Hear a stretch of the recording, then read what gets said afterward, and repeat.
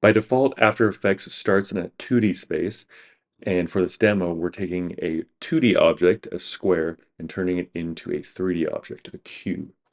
So start with Layer, New, Shape Layer, and as you can see, unfortunately, there's no shortcut built in for this, so you're going to have to go through the menus. Hold down Shift if you want a perfect square, or if you want a different shaped rectangle, you don't have to hold down Shift. But for this, let's make it simple and make a square. Now in the lower left-hand corner, you'll see Transform, and this is everything in a 2D space. So let's go up to this little cube, 3D layer, click it, you now have a 3D object, but it's still flat. To make it have depth, go down to Geometry Options, and you'll see Extrusion Depth.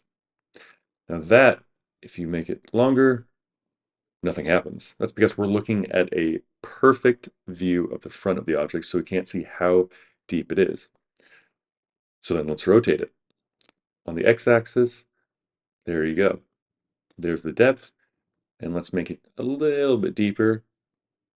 And you can see, start playing around with it, you can rotate it on the X, Y, and Z axis like this.